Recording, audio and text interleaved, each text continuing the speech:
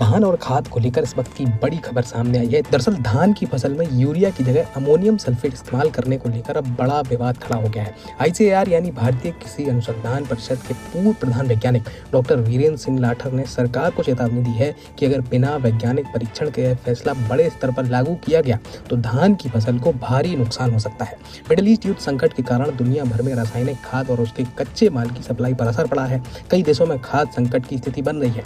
इसी को देखते हुए केंद्र सरकार ने 11 मई 2026 को राज्यों को भेजे गए एक पत्र में धान की फसल में यूरिया के विकल्प के तौर पर अमोनियम सल्फेट इस्तेमाल करने की सलाह दी है।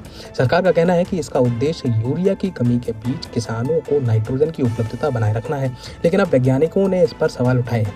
डॉक्टर वीरेंद्र सिंह लाठर का कहना है कि भारत जैसे देश में धान सिर्फ एक फसल नहीं बल्कि खाद्य सुरक्षा की सबसे बड़ी आधार फसलों में शामिल है।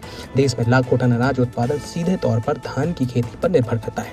ऐसे में बिना पर्याप्त वैज्ञानिक परीक्षण के किसी नई व्यवस्था को लागू करना जोखिम भरा हो सकता है। उन्होंने बताया कि अमोनियम सल्फेट में करीब 21% नाइट्रोजन और 24% सल्फर पाया जाता है, जबकि धान की अच्छी पैदावार के लिए प्रति एकड़ करीब 60 किलो शुद्ध नाइट्रोजन की जरूरत होती है।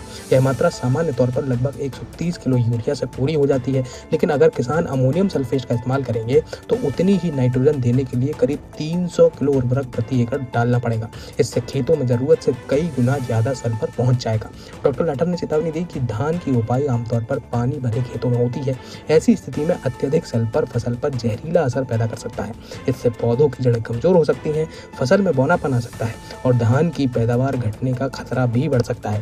वैज्ञानिकों के मुताबिक धान की फसल को सीमित मात्रा में ही सल्फर की जरूरत होती है, लेकिन जरूरत से ज्यादा सल्फर मिट्टी और फसल दोनों के लिए नुकसानदायक साबित हो सकता है। डॉक्टर वीरेंद्र सिंह लाठर का कहना है कि अगर बड़े स्तर पर यह सलाह लागू हुई तो इसका असर सीधे देश के धान उत्पादन पर पड़ सकता है और ऐसे समय में जब देश पहले ही खाद्य संकट और वैश्विक अस्थिरता का सामना कर रहा है, उत्पादन में गिरावट राष्ट्रीय खाद्य सुरक्षा के लिए बड़ी चिंता बन सकती है। पूर्व प्रधान वैज्ञानिक ने केंद्र सरकार से इस फैसले पर तत्काल पुनर्विचार करने की मांग की है। उनका कहना है कि किसानों को ऐसी सलाह देने से पहले अलग अलग कृषि परिस्थितियों में व्यापक वैज्ञानिक परीक्षण जरूरी है। बिना वैज्ञानिक संतुलन के खाद का इस्तेमाल बढ़ाने से मिट्टी और फसल दोनों पर नकारात्मक असर पड़ सकता है। तो इस वक्त ये धान और खाद से जुड़ी बड़ी खबर सामने आई है।